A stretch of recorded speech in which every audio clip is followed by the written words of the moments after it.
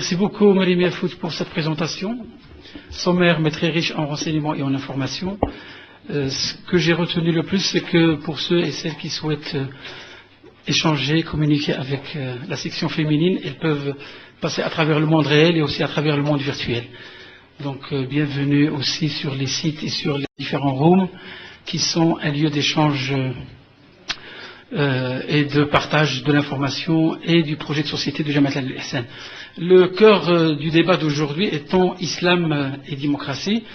Laissez-moi juste rappeler en guise d'introduction que, et ça vous le savez tous, qu'après l'effondrement du bloc soviétique, l'implosion du socialisme et très certainement après les événements du 11 septembre, le monde, plutôt la carte politique du monde, a changé.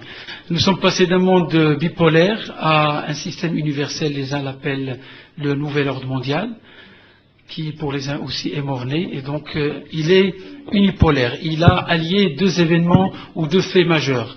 La mondialisation des échanges économiques et aussi, et surtout, l'universalité de l'utopie démocratique. Plusieurs questions sont posées, notamment pourquoi le monde arabo-musulman constitue une exception à la règle, qui est cette propagation d'une vague déferlante de la démocratie dans le monde.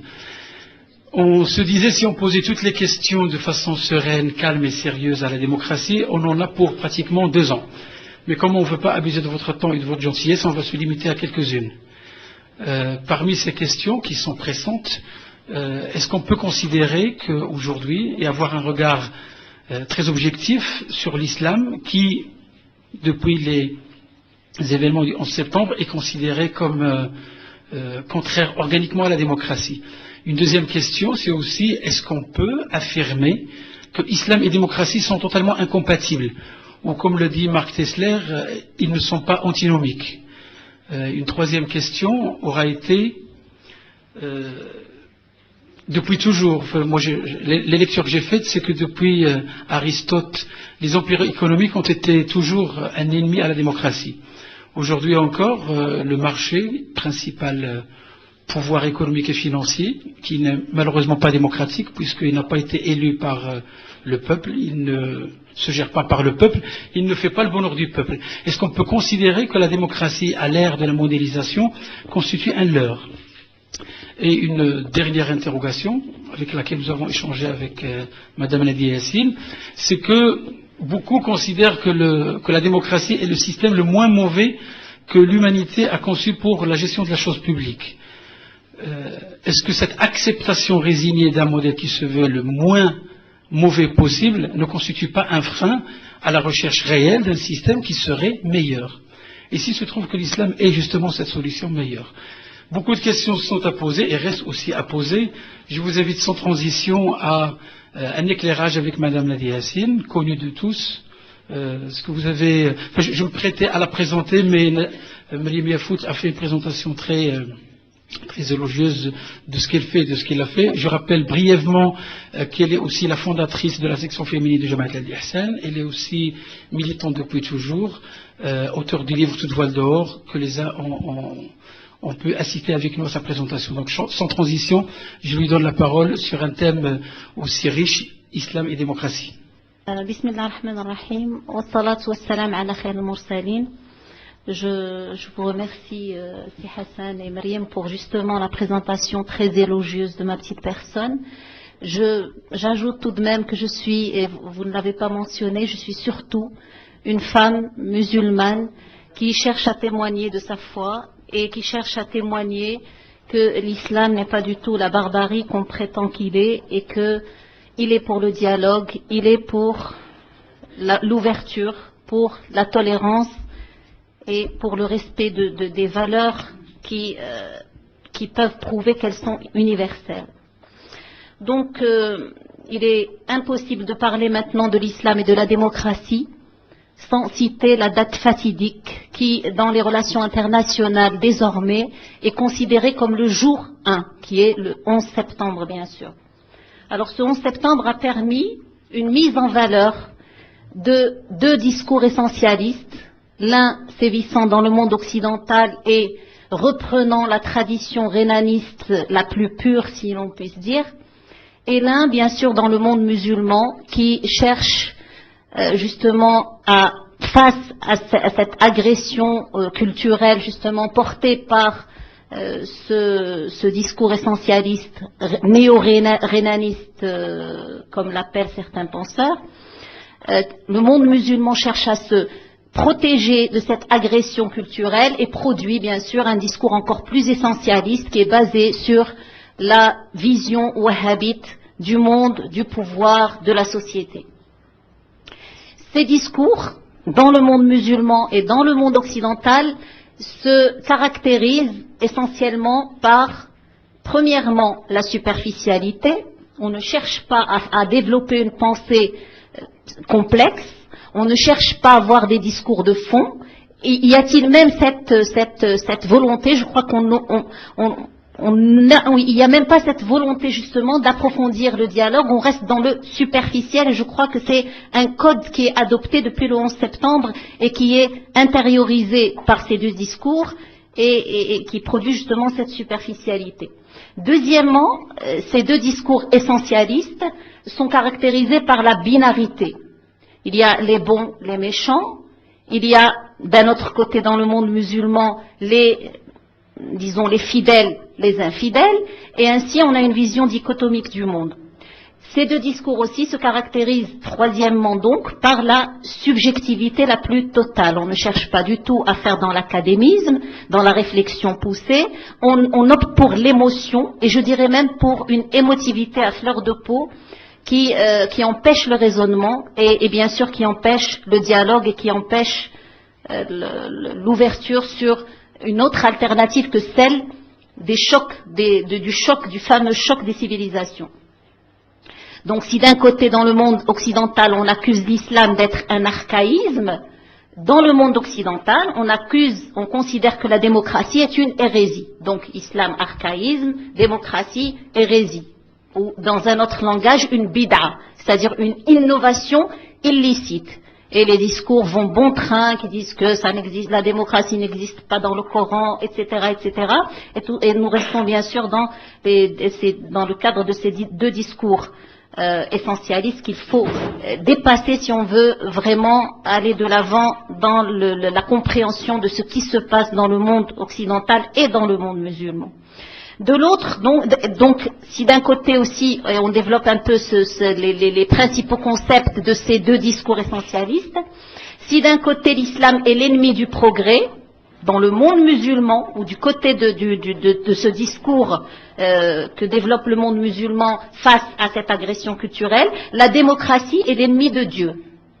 Si d'un côté on préconise la démocratie comme un remède au monde arabo-musulman, disons au mal que vit le monde arabo-musulman, le mal politique essentiellement.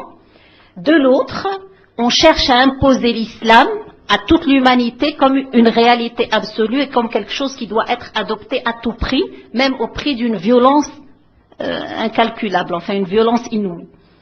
Et dans ce cadre, et pour schématiser un peu, pour caricaturer, parce que la caricature aide un peu à développer l'idée, à un Michel Houellebecq, par exemple, répond un Youssef Ayari, qui est le bras droit de Ben Laden, et on sait qu'en 2003, Ben Laden a financé une maison d'édition qui a produit 40 ouvrages, où le thème principal, justement, c'est de diaboliser le monde occidental, diaboliser la démocratie, dire que tout ça on n'en a rien à faire et puis que on n'a aucun pont à établir entre l'Occident et l'islam. Ainsi, nous pensons que ces discours sont la rencontre de deux superficialités, disons l'expression de deux extrémismes qu'il est très difficile de juguler à une ère mondiale aussi survoltée que la nôtre, parce qu'il est impossible maintenant de penser la démocratie annulée à une ère mondiale aussi survoltée que la nôtre, parce qu'il est impossible maintenant de penser la démocratie et l'islam sans prendre en considération le contexte international, qui est un contexte qui est aussi caractérisé pour avoir des repères bien clairs, par une volonté d'un côté, donc du côté du monde occidental, et symbolisé bien sûr par la superpuissance américaine.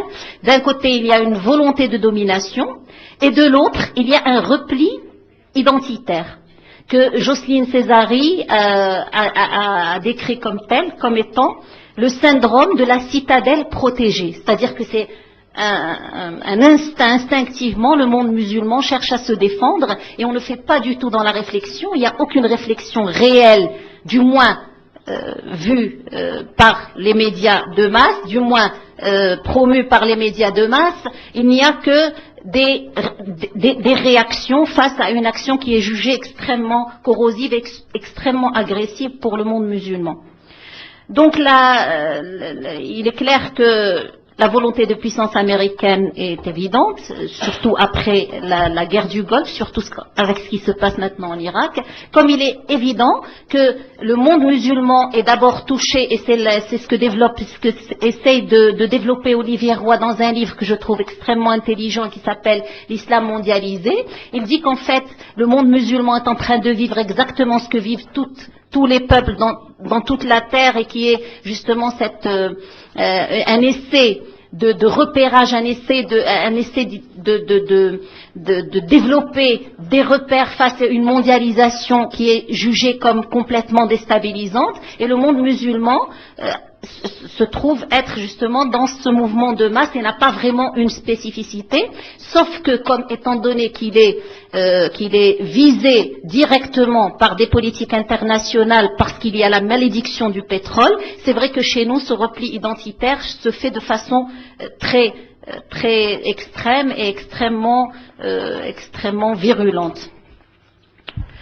Un développement académique intelligent, ou plutôt du moins objectif, aurait voulu que, c'est ça mon premier instinct était de développer justement qu'est-ce que la démocratie et qu'est-ce que l'islam, et puis ensuite de faire une mise à niveau académique pour garder ce qu'il y a de très positif dans la démocratie et rejeter les scories et les dérapages, et faire de même avec l'islam, sauf que nous sommes bien conscients d'abord de la contrainte du temps. J'ai trouvé que les sujets étaient tellement intéressants et tellement complexes qu'il faudrait peut-être 4 ou 5 heures pour débattre, comme a dit Si Hassan. Mais en plus, ce n'est pas que la contrainte du temps qui m'a fait opter pour une autre présentation basée sur un autre développement. C'est que il faut être conscient, et je suis très consciente de cela, que celui qui est dans le box des accusés est bien l'islam. Car il ne s'agit pas d'une question. Quand on dit est-ce que l'islam et la démocratie peuvent être compatibles, en général, c'est quand on est poli avec les musulmans qu'on pose la question de cette manière. Mais en général, dans toutes les pensées qui cherchent justement à appréhender les rapports que peuvent avoir la démocratie et l'islam, il est question est-ce que l'islam est soluble dans la démocratie. Donc l'islam la démocratie a une valeur normative, elle est un baromètre, elle est quelque chose à laquelle on doit se référer absolument dans l'idéologie générale, l'idéologie dominante actuellement est dominante grâce justement à une médiatisation, et Vincent Gesser a parlé justement de l'éventail de ceux qui portent ce discours, qui sont médiatisés à outrance et sciemment, dans un livre qui est très intéressant aussi, qui s'appelle La nouvelle islamophobie, l'islamophobie je suppose, l'islamophobie, et justement cet éventail de penseurs va du sociologue de service jusqu'à la petite beurette effarouchée devant la montée de l'islamisme dans les banlieues et tout ça c'est une théâtralisation justement de cette question qui devient un questionnement. Donc la question est questionnement, le procès, on a l'impression qu'on essaye d'établir un tribunal équitable où le procès est basé sur l'objectivité, on donne des chances au monde musulman pour qu'il se défende, mais en fait, vu la domination au niveau médiatique, le procès devient verdict. En fait, on dit l'islam est inadapté au monde moderne, l'islam est une anti-modernité, anti-civilisation, anti-démocratie, anti-humanisme, etc. Et aussi le régime, parce que vous savez, la démocratie, bien sûr, pour toute personne qui fréquente un peu le droit constitutionnel, est d'abord un régime qui a été établi, qui a une histoire, qui a une philosophie du droit, etc.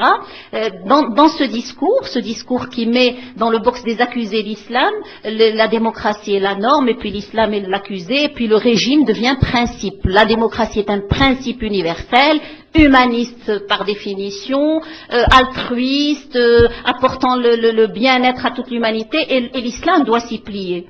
Nous passerons donc, si nous voulons avancer dans le développement, parce que ce qui nous intéresse, c'est d'aller sonder un peu la culture islamique et voir s'il y a un moyen de brancher ce que nous propose cette démocratie et ce qu'elle est censée être, et est-ce qu'il y a un moyen justement de brancher ces deux visions de l'homme, vision de l'histoire, vision du monde.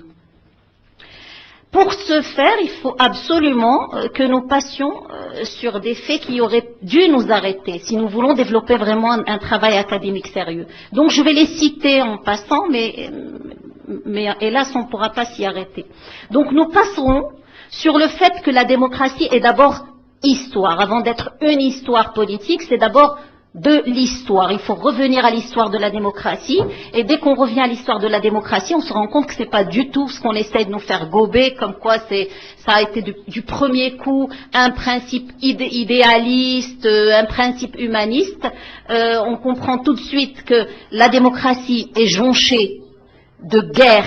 Enfin, l'histoire de la démocratie est jonchée de guerre, de violence, d'à-coups historiques, de confrontation, de meurtre aussi, d'assassinat. Vous savez, ça passe par la Saint-Barthélemy, ça passe par énormément de choses. La démocratie aussi dans l'histoire est très diverse. Il y a la démocratie d'Athènes, il y a celle de Rome, il y a celle qui a vu le jour en Angleterre, et chaque démocratie, chaque histoire de cette démocratie, parce que c'est vrai qu'il y a l'histoire avec un grand H, et c'est vrai aussi que dans cette histoire il y a plusieurs histoires propres à chaque peuple, propres à chaque expérience. Nous passerons sur le fait qu'elle est née donc dans la confrontation des intérêts de classe sociale. Donc il y a eu de la démocratie parce qu'il y a eu une confrontation au niveau économique, parce qu'il y a eu une division de la société en classes sociales, et qu'il y avait des intérêts purement matériels qui n'avaient rien à voir ni avec l'humanisme ni avec quoi que ce soit. Nous passerons aussi sur les hiatus de la démocratie au niveau de l'idéologie. Quand on prend le temps de lire un peu les idéologues qui ont défendu, qui ont aussi critiqué la démocratie, on verra que l'éventail est très très large, au point que des fois ça devient complètement antinomique, et qu'il y a de véritables hiatus idéologiques qui ont été très très bien soulignés, pour n'en garder qu'un seul, par Tocqueville lui-même, qui est le penseur de la démocratie, celui qui a théorisé par excellence la démocratie, notamment qui a été l'inspirateur l'inspirateur de la démocratie américaine notamment. Nous passerons aussi sur les hiatus au niveau de la pratique. Et là j'évoque ce qu'a dit un de nos penseurs marocains qui s'appelle Abdullah Hamoudi, qui est maintenant installé aux États-Unis, qui parle du syndrome d'Athènes. Il parle du syndrome d'Athènes, qui se résume à quoi? Si je suis un bon démocrate, je peux tout me permettre. Et c'est ce qui se passe un peu pour les États-Unis d'Amérique. Puisqu'ils ont la démocratie chez eux, ils peuvent se permettre de tout faire au niveau international. Je pense aussi à Israël. Que représente la démocratie israélienne, quelque magnifique qu'elle soit au niveau des institutions, pour un peuple palestinien écrasé, pour les Arabes israéliens qui vivent en Israël. Donc, nous passerons sur toutes ces contradictions, que ce soit au niveau idéologique ou au niveau de la pratique. Nous passerons aussi, si nous voulons faire avancer notre thème d'aujourd'hui, nous passerons aussi sur le fait que le monde musulman est d'abord, aujourd'hui, nous passerons aussi sur le fait que le monde musulman est d'abord à l'orée de la fracture entre le Nord et le Sud, avant d'être contre l'Occident, pour l'Occident, antidémocrate ou pour l'autoritarisme. Il est d'abord un fait économique, il est d'abord une réalité économique, et il se situe dans une ligne de fracture entre ce Nord des problèmes, et ce nord qui a une volonté de domination au niveau économique, et puis ce sud qui est appauvri par des réalités historiques très connues et très certaines qui sont la colonisation et le postcolonialisme et la néocolonisation, je dirais. Nous retiendrons donc seulement, parce que c'est impossible, à chaque fois qu'on veut parler, surtout quand on est voilé, qu'on est barbu de la démocratie, si on ne s'arrête pas une certaine, on dénonçait tout à l'heure la superficialité, mais je pense que on n'a pas de chance, si on ne s'arrête pas à un certain niveau superficiel, d'avancer dans le dialogue avec l'autre, qui, dès qu'on a une barbe ou qu'on a un voile sur la tête, on est suspecté d'être antidémocrate par excellence, d'être des fascistes, d'être des gens qui refusent la démocratie par principe et pas pour autre chose. Donc, pour les besoins du dialogue, nous retiendrons seulement que la démocratie occidentale est, c'est vrai que si Hassan a cité un adage qui est assez répandu actuellement, qui dit que c'est la moins mauvaise façon de gérer la Respublica, la chose publique, moi je dirais, sautons le pas et disons c'est pour l'instant la meilleure façon de gouverner, elle l'a prouvé au niveau des institutions, au niveau de ce que nous constatons chaque jour. Si, bien sûr, la meilleure façon de gouverner, si nous prenons en considération le fait qu'elle garantit une certaine, je dis bien, stabilité politique. Elle garantit aussi un certain développement économique, et je ne veux pas aller très loin parce que les vrais penseurs, ils sont pas très médiatisés, ceux-là, on médiatise d'autres imbéciles, mais les vrais penseurs ne sont pas médiatisés, hélas. Il y a une véritable réflexion autour de qu'est-ce que le développement économique, où allons-nous, est-ce qu'il y a une finalité, est-ce que ça va s'arrêter un jour, est-ce qu'on peut comme ça un développement économique qui mène au consumérisme, à la consommation, ne parlons pas de cela si on veut avancer dans le dialogue. Donc, disons que c'est la meilleure façon de gouverner si on prend en compte une certaine stabilité politique, un certain développement économique, un certain bien-être social. Je dis bien, bon, on pense pas au SDF, on va pas penser à des millions et des millions d'Américains qui vivent sous le seuil de la pauvreté. Nous n'allons pas penser à beaucoup de choses, mais disons que le discours officiel, global, général, maintenant généralisé, c'est que la démocratie, c'est le bien-être de l'individu, le bien-être social et le respect de l'individu. Et nous ne pouvons que retenir cela parce que justement l'argument qu'on sort à chaque fois qu'un musulman se targue de critiquer un tant soit peu la démocratie, c'est que chez vous qu'est-ce que vous avez comme alternative? C'est vrai qu'on est assez dépourvu et c'est vrai qu'il faut reconnaître que le monde musulman, nous allons voir que c'est pas le cas pour tout le monde musulman, mais surtout le monde arabe, c'est vrai qu'il s'inscrit en faux contre cette logique. Il n'y a pas de stabilité politique, et quand il y a une stabilité, elle est provoquée ou soutenue par une aide étrangère en général.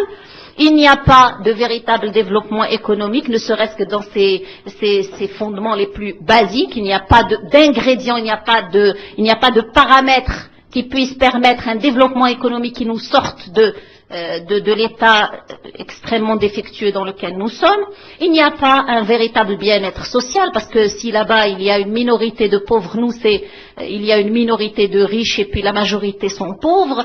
Il n'y a pas de respect de l'individu, et puis il ne faut pas se tromper avec toutes ces histoires de comités, de Moussalaha et de je ne sais quoi. On sort d'une réalité, on a une mémoire tatouée, comme dirait je ne sais plus quel écrivain marocain, on a une mémoire tatouée par la terreur, tatouée par la répression, et le petit enduit idéologique et démagogique de nous sommes sortis de la grande chape de plomb et tout ça, il ne faut pas trop s'y fier, c'est pas très sûr.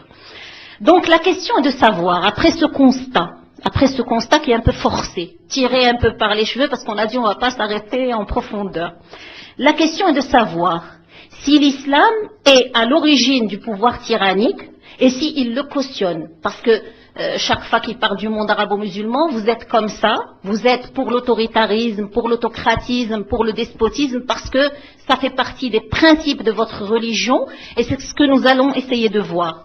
Et de la même façon, donc il y aura une première partie où on essaiera de voir est-ce que l'autoritarisme fait vraiment partie de nos principes islamiques, est-ce qu'il fait partie de notre identité islamique, ou est-ce quelque chose qui vient à cause d'autre chose, que l'on vit à cause d'autre chose.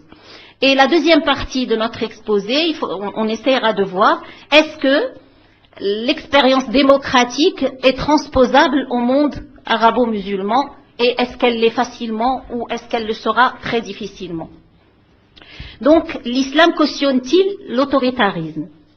Alors, l'orientalisme a fait un travail énorme là-dessus et le verdict est clair, sauf chez certains orientalistes qui ont essayé de faire dans la nuance, mais ils sont pas très nombreux. Mais en général, les orientalistes retiennent que l'autoritarisme fait partie des principes de l'islam et même pour un Henri Laous qui a essayé de faire, qui a fait un livre très intéressant, qui a écrit un livre très intéressant qui s'intitule les schismes dans l'islam, il ne fait pas du tout de rupture épistémologique entre ce qui s'est passé au temps du prophète sallallahu alayhi wa sallam au niveau du pouvoir et avec les 5 khalifes ou les 4 khalifes qui sont en général 4 sont plus donc il ne fait pas de rupture épistémologique entre ce qui s'est passé en ce temps-là et ce qui s'est passé après la prise du pouvoir par les Omeyyades. Pour lui, c'est une continuité tout à fait logique et l'islam préparé au despotisme et les principes de l'islam sont faits pour que nos sociétés deviennent pour l'autocratie et pour l'autoritarisme. Nous allons nous poser la question. Et bien sûr, pour nous poser la question, il faut réviser un peu toute la littérature islamique. Est-ce que la littérature islamique, notamment la jurisprudence, le fiqh musulman, va dans ce sens ou est-ce qu'il nous produit des arguments qui puissent nous permettre de dire non, l'orientalisme n'a rien compris à l'islam. Alors vu, et ça c'est un adage politique célèbre, enfin connu pour les gens qui fréquentent la science politique, vu que toute théorisation du pouvoir est une exigence opposable au gouvernement, force est de constater que toute la jurisprudence conforte l'idée de l'autoritarisme. Ces gens n'ont pas complètement tort, parce que quand on voit la jurisprudence musulmane, il est vrai qu'il y a un cautionnement, direct ou indirect, de l'autoritarisme, de la nature despotique du pouvoir. Et si nous révisons toute l'histoire de la jurisprudence, des grands oulémas fondateurs des 4 grandes écoles jurisprudentielles jusqu'aux nouveaux penseurs, disons nouveaux, quand je dis pas de ceux de Benzine, aux nouveaux penseurs qui ont donné du souffle au wahhabisme au 18e puis au 19e, l'histoire très proche de nous, il est clair que le despotisme trouve sa légitimation dans cette jurisprudence. Nous avons l'imam Ahmed ibn Hanbal qui a commencé par le fatwa, la fatwa de Mustawli bis-sayf, c'est-à-dire que si quelqu'un prend le pouvoir par la force et par la violence, nous n'avons qu'à lui obéir et qu'à accepter ce qu'il nous propose comme régime politique. Nous avons en passant par le Mawardi parle de l'ahkam sultaniyya, ne parle pas du tout de comment gérer le pouvoir, est-ce que le pouvoir doit être autoritaire ou démocratique, enfin démocratique en ce temps-là ça n'existait pas, mais disons, est-ce que nous sommes il n'y a pas de véritable pensée politique, il n'y a qu'un cautionnement à travers certains conseils qui tiennent beaucoup plus de l'éthique que du politique et voilà, et quelque part, ça conforte l'idée que la jurisprudence est pour le despotisme. Nous avons très proche de nous, très proche par rapport aux anciens, Ibn Taymiyyah qui inspire maintenant tout un mouvement, disons, comme j'ai dit tout à l'heure, wahhabite, qui dit que 60 ans de despotisme est meilleur à une nuit sans gouvernant. Une nuit sans gouvernant, c'est catastrophique. Alors, il vaut mieux 60 ans de despotisme. Une nuit sans gouvernant, c'est catastrophique. Alors, il vaut mieux 60 ans de despotisme. Alors, ce qui a amené, et ce qui nous amène aussi à nous poser la question avec Rassan Salama, qui est un grand monsieur de la pensée profonde et de la pensée intelligente, qui pose cette question, que je pense être une question cruciale. quelle fragilité interne aux sociétés musulmanes met-elle donc ainsi les penseurs sur le qui-vive? Il parle des penseurs, des gens qui ont fait la jurisprudence, mais aussi de tous les penseurs arabo-musulmans, les poussant à confondre le besoin compréhensible d'autorité. L'autorité, c'est compréhensible, avoir besoin d'autorité, et il y a... disons, un penseur qui inspire maintenant toute la politique américaine et aussi européenne qui s'appelle Tsvetan Todorov, j'espère que je dis bien son nom, Tsvetan Todorov, et qui dit qu'en fait, c'est vrai que l'anarchie, c'est pas un idéal pour un monde qui est déjà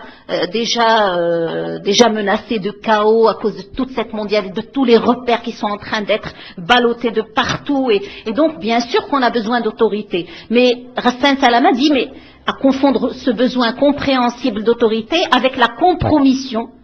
Donc il y a eu de la compromission avec les pouvoirs autoritaires, il y a eu la collaboration avec toutes sortes d'autoritarisme. La réponse, donc c'est une question qu'il pose. Alors la réponse commence à se faire dans le monde musulman.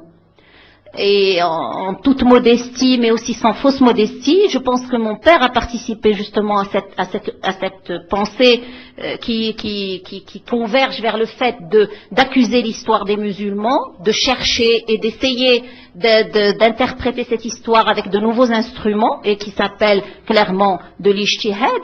Et sans fausse modestie donc, nous avons été à la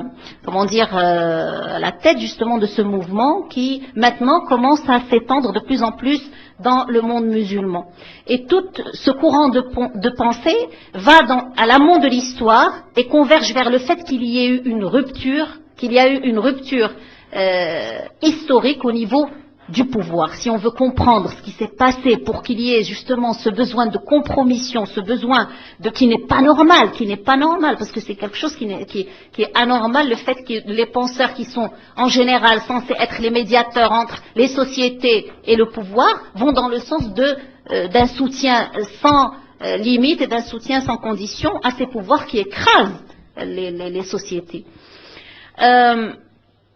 Donc cette pensée de la rupture historique au niveau du pouvoir nous amène à justement remonter en amont dans notre histoire et à essayer de comprendre est-ce que dans les textes originels, le Coran, la Sira et donc la Sunna du prophète sallallahu alayhi wa sallam, est-ce qu'il y avait des germes qui permettaient justement à cette pensée autocratique, à cette pensée du pouvoir despotique, qui permettait justement que ça devienne quelque chose de tout à fait normal. Il faut nous poser cette question.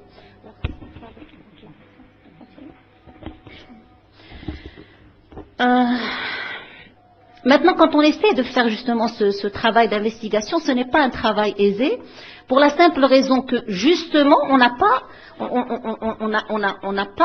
de politologue, on n'a pas de repères politiques dans notre pensée. Vous allez remarquer que si la civilisation musulmane a permis justement l'apparition de grands savants dans toutes les matières, dans toutes les dimensions, comme, je ne sais même pas de les citer, vous les connaissez, je sais même pas la peine de les citer, vous savez de qui je parle, il y a eu énormément de grands savants, on peut même pas les recenser, tellement ils sont nombreux, et qui, grâce à l'islam, ont été des lumières dans tous les domaines, mais comme par hasard, la politologie, on n'a pas de grands politologues. Et on a qui me diront, oui, il y a Ibn Khaldoun, Ibn Khaldoun a tâté un peu de politologie, mais lui aussi a fait dans la compromission. Surtout, sachant le poste officiel qu'il occupait en son temps, qui ne pouvait que lui permettre que le pousser justement à cette compromission. Donc, ce travail est très difficile, il faudra compter réellement sur un véritable travail d'ijtihad qui reste à faire. Il y a les prémices, il y a l'ébauche, mais le monde musulman a intérêt justement à remonter à ses sources et à essayer de comprendre et à prendre justement cette agression culturelle que nous vivons en notre époque actuelle comme une main du destin qui nous forcerait justement à aller chercher loin dans notre islam, à aller chercher la profondeur des choses et il faudrait peut-être avoir cette énergie de transformer ce qui est en apparence négatif en quelque chose de très positif, et ça c'est une vision mystique des choses. Alors, les chroniques, donc, on sait ce qui nous reste de notre patrimoine concernant les textes, et surtout la sira du prophète sallallahu alayhi wa sallam et de ses compagnons. Nous avons des chroniques, c'est-à-dire des rapports entrecoupés où il n'y a notamment pas de lien logique. Donc les fuqaha, les ulama et tout ça avaient il était tout à fait normal qu'ils cherchent à faire des liens logiques, et ces liens ont été influencés justement par le rapport au pouvoir. Donc nous allons essayer d'élaguer tout ça, de dégager un peu les grands concepts qu'on peut trouver dans la sira, trouver dans le Coran, et présenter les choses de façon très très brute si l'on veut, mais assez claire pour qu'on ait une certaine idée du pouvoir, comment il était géré par le prophète sallallahu alayhi wa sallam et quels étaient ses fondements. Donc la philosophie du pouvoir, bien sûr, est basée sur la profession de foi musulmane. Le pouvoir, en islam, au temps du prophète sallallahu alayhi wa sallam, il est clair qu'il était basé sur la profession de foi musulmane qui est ashhadu an la ilaha illallah wa ashhadu anna muhammadan rasulullah. Et ça, tous les grands despotes en ce temps-là l'ont perçu comme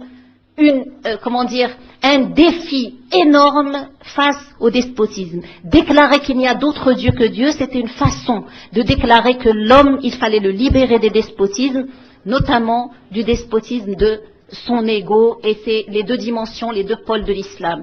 L'ihsan, se libérer de son propre moi, son propre ego qui n'est pas forcément qui ne le mène pas forcément vers ce qu'il y a de bien, et aussi au niveau politique, libérer les sociétés de l'injustice flagrante, du despotisme qui sévissait au temps du prophète sallallahu alayhi wa sallam, que ce soit à Rome, que ce soit en Perse, mais aussi le despotisme de la tribu, le despotisme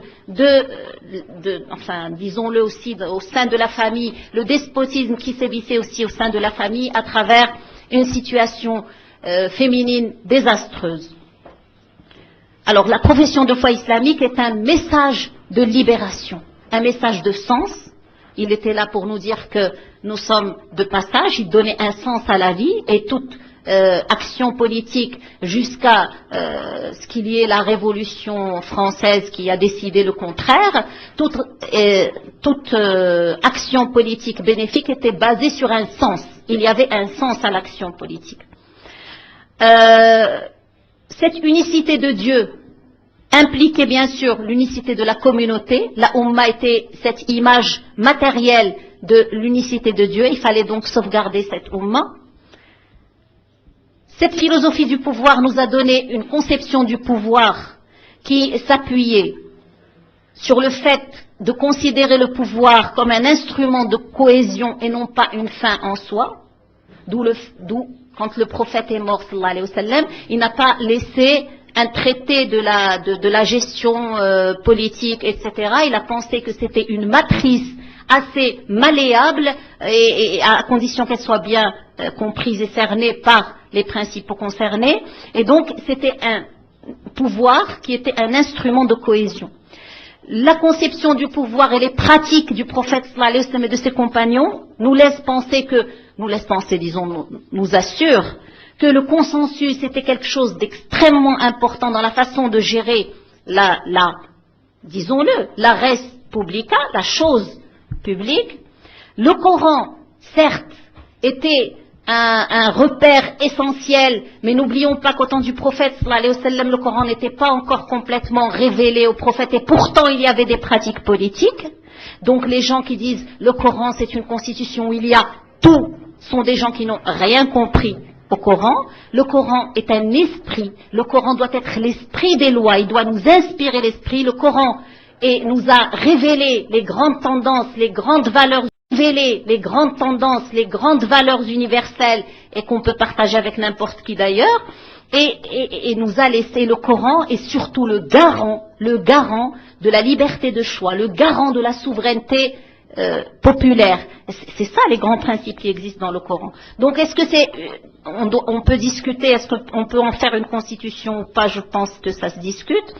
La séparation des pouvoirs, on a vu, et surtout l'apogée de cette séparation au pouvoir a été vécue au temps de Omar radiyallahu anhu arda. La décentralisation, il suffit de lire un peu ce qui a été fait avec les différentes tribus, avec les différentes composantes de la communauté au temps du prophète, et on sera très étonné parce que nous avons beaucoup plus de clichés que d'informations réelles sur ce qui se passait en ce temps-là, de voir que dans l'armée musulmane, à l'apogée de l'islam, à l'apogée et après le fait, il y avait encore des mécréants, donc des gens qui étaient embauchés dans l'armée, qui étaient mécréants, qui n'étaient pas musulmans du tout, qui étaient encore polythéistes. Le pouvoir aussi, la pratique nous permet d'avancer, que le prophète sallallahu alayhi wa sallam a été le premier à respecter le principe de citoyenneté, et si nous avons des doutes, revenons à Sahifat al-Madina. Sahifat al-Madina, les juifs, en tant que minorité, étaient reconnus comme des citoyens à part égale dans la communauté, et le prophète sallallahu alayhi wa sallam les a inclus dans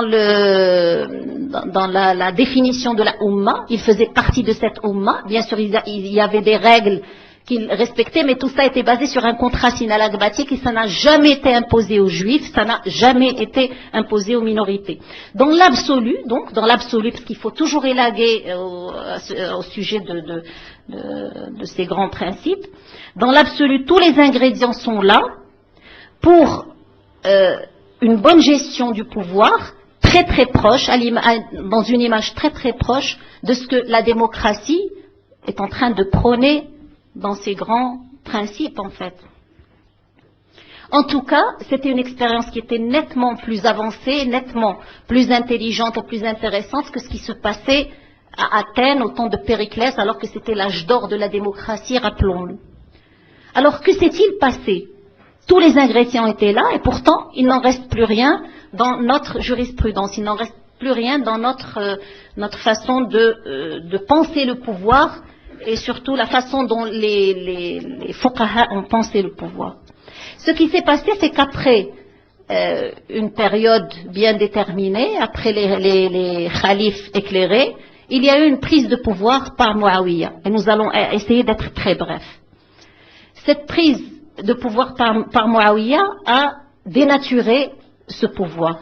D'un pouvoir qui était parti pour être beaucoup plus proche de l'image démocratique que nous avons maintenant du pouvoir, il devient ce que le pouvoir est maintenant dans les pays arabo-musulmans, c'est-à-dire un pouvoir despotique. En fait, cette dénaturation est basée sur un inversement du processus. Si au temps du prophète, tout ce que nous venons de voir, le message, ou disons le pouvoir, était au service du message pour que l'individu trouve une voie spirituelle et pour que la société trouve une voie vers l'équité, nous avons donc un inversement du processus qui fait que d'une stratégie de libération élaborée par le prophète, nous avons une stratégie de domination. Ça s'est complètement inversé. Et le message est devenu un simple instrument au service du pouvoir. Cet inversement du processus par les Omeyyades, à commencer par Muawiyah, se caractérise par un verrouillage idéologique. Ce verrouillage idéologique consiste en un transfert de la sacralité. Le Coran était là pour garantir la sacralité de la souveraineté populaire.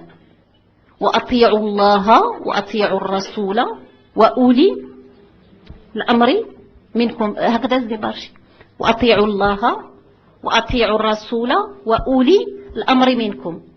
Cet adage est devenu un instrument idéologique dans les mains quand je dis des Omeyyades, c'est tout un système qui s'est installé, et au lieu de faire comprendre que Ouli al-Amri minkum, c'est d'abord une institution, Ouli, le Coran n'a jamais dit Wali al-Amr, il a dit Ouli al-Amri minkum, donc c'est une dynamique de groupe, c'est une dynamique d'institution. Thumma, le Coran dit minkum et n'a pas dit alaykum. Donc minkum, c'est quelque chose qui vient de la base et qui gère le pouvoir grâce justement à la souveraineté populaire qui est garantie dans le Coran. Tout cela a été complètement manipulé par l'idéologie omeyyade et nous avons eu donc un transfert de la souveraineté populaire à justement la sacralité de la personne de celui qui détenait le pouvoir. Nous avons eu c'est ce qu'on appelle un coup d'État, et un coup d'État qui a duré pendant 14 siècles et dont nous souffrons encore. Et un coup d'État, et quel coup d'État?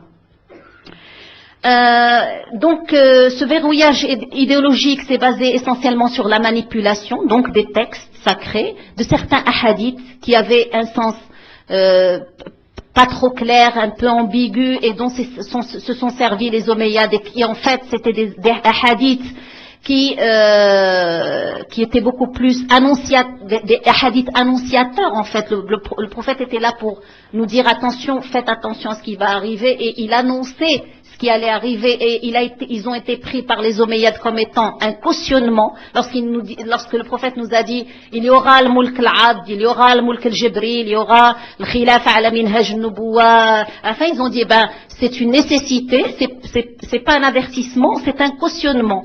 Donc il y a eu justement un mouvement dans ce sens. Les gens qui étaient censés s'opposer à cette dénaturation du pouvoir se sont dit après tout le prophète sallallahu alayhi wa sallam il a dit ça, donc on laisse passer, et puis de toute façon c'est une fatalité. Et tout ça on a besoin d'un véritable ijtihad, d'un véritable retour, et de faire bouger tout ça, et d'avoir une vue d'ensemble, une vue exhaustive qui puisse nous permettre d'avancer, sinon on va rester justement empêtré dans ce fiqh qui n'a ni queue ni tête. Cet inversement de processus est aussi basé sur une propagande assidue. Les Omeyyades étaient les maîtres de la propagande. Et les gens enfin les politiciens qui viennent nous dire que Machiavel a été un grand penseur dans le sens de la politique politicienne, c'est des gens qui n'ont pas fréquenté la pensée omeyyade, et c'est des gens qui savent pas à quel point ils ont maîtrisé l'art de la propagande. Et rappelons entre autres qu'il y a eu un accaparement, il y a eu une récupération d'un espace qui était vital et qui était la mosquée. Le minbar était un espace de libération, disons un espace de libération. La mosquée est devenue un espace d'aliénation. N'oublions pas que pendant 30 ans, les Omeyyades ont maudit Ali sur le minbar du prophète sallallahu alayhi wa sallam. Alors il faut comprendre les chiites lorsqu'ils se révoltent contre ce genre de pratique, et lorsqu'ils rejettent en bloc tout ce qui vient des gens qui se prétendent être des sunnites. Il y a eu aussi une mise en place, donc il y a eu la propagande assidue, l'inversement du processus s'est basé aussi sur une mise en place de réseaux administratifs, notamment des woulat et des gens qui étaient censés avoir le pouvoir dans des comment on appelle ça, les wilayas. Vous m'excuserez, je suis fatiguée, ça fait 1 an que je cours, alors on vous l'a prouvé tout à l'heure.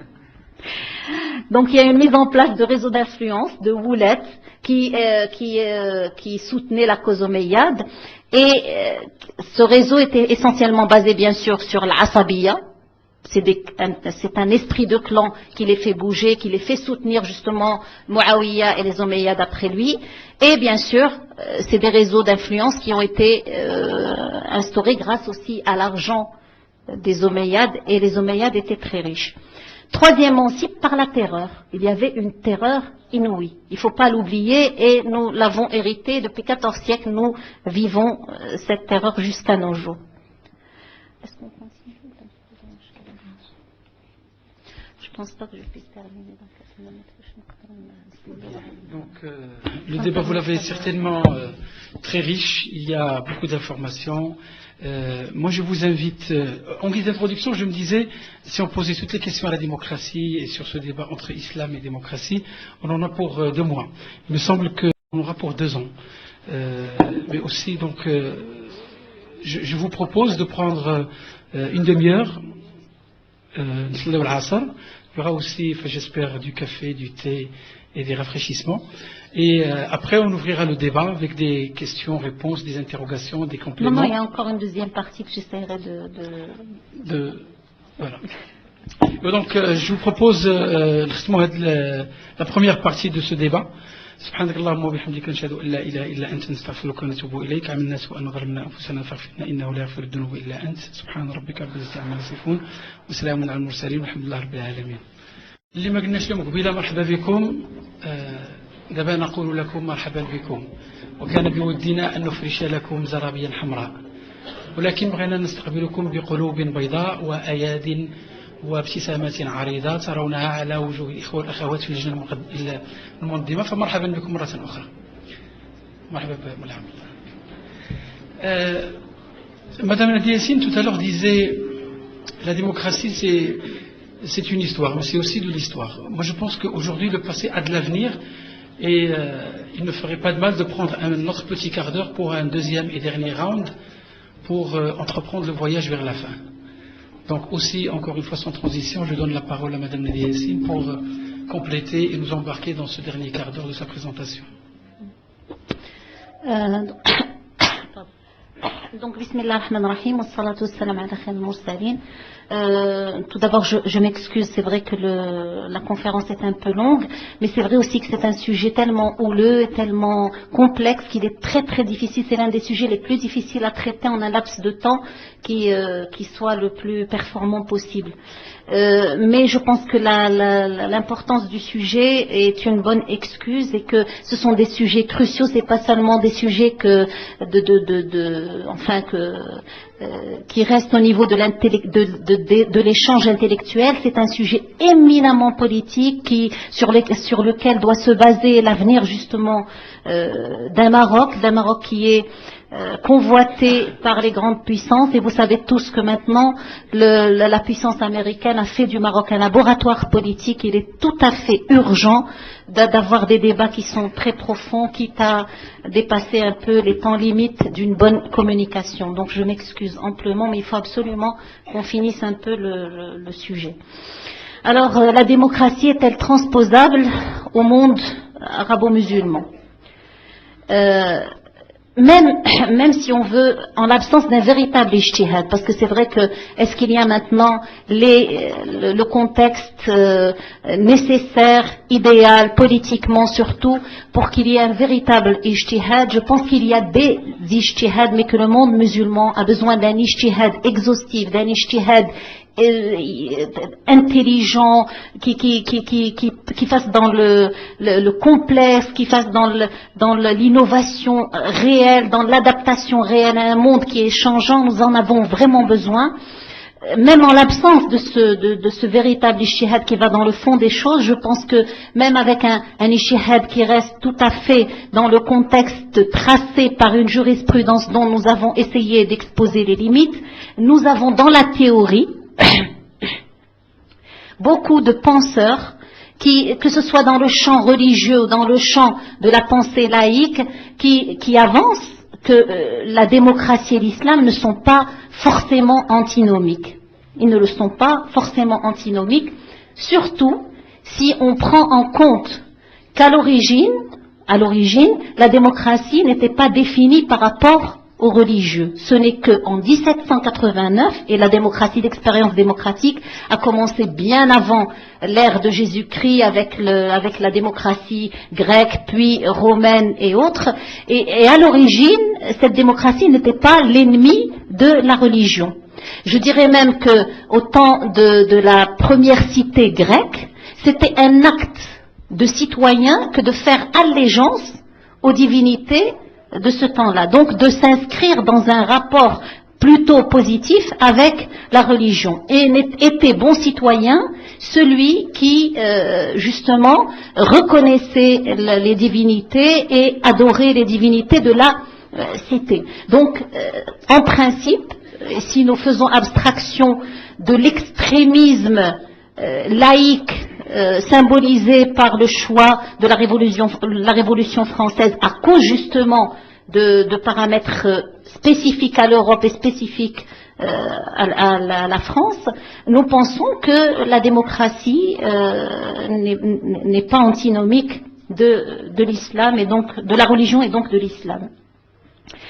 Donc, que ce soit dans le champ religieux, que ce soit au niveau du monde sunnite ou au niveau du monde chiite, il y a des gens qui se penchent sur la jurisprudence classique et qui trouvent des solutions pour avancer que la compatibilité est tout à fait possible entre ces deux visions du monde.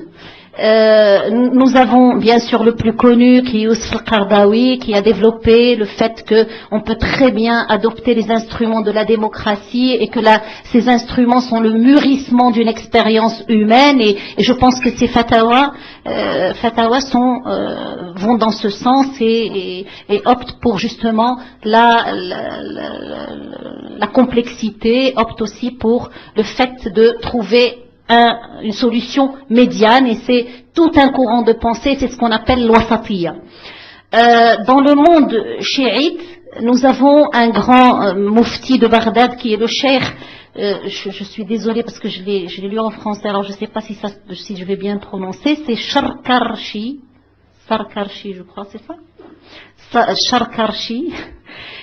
C'est un des grands muftis de Bagdad et qui a trouvé une assise légale puisée dans le fiqh lui-même et qui veut que quand des intérêts religieux forts peuvent se réaliser seulement à partir d'un schéma, celui-ci s'impose religieusement. Et je dirais pour résumer, c'est une pensée qui est basée sur maqasid sharia, c'est le fikr al-maqasidi. Même chez les chiites, ils ont trouvé que légalement, il est tout à fait possible de trouver une voie médiane entre l'islam et la démocratie. Puis un autre principe aussi de la jurisprudence classique sans avoir besoin de faire un ijtihad propre au XXe ou au XXIe siècle, le principe du moindre mal. Akhaffu ad-dararain. Donc il a trouvé que c'était tout à fait légitime et légal pour le monde musulman d'adopter la démocratie.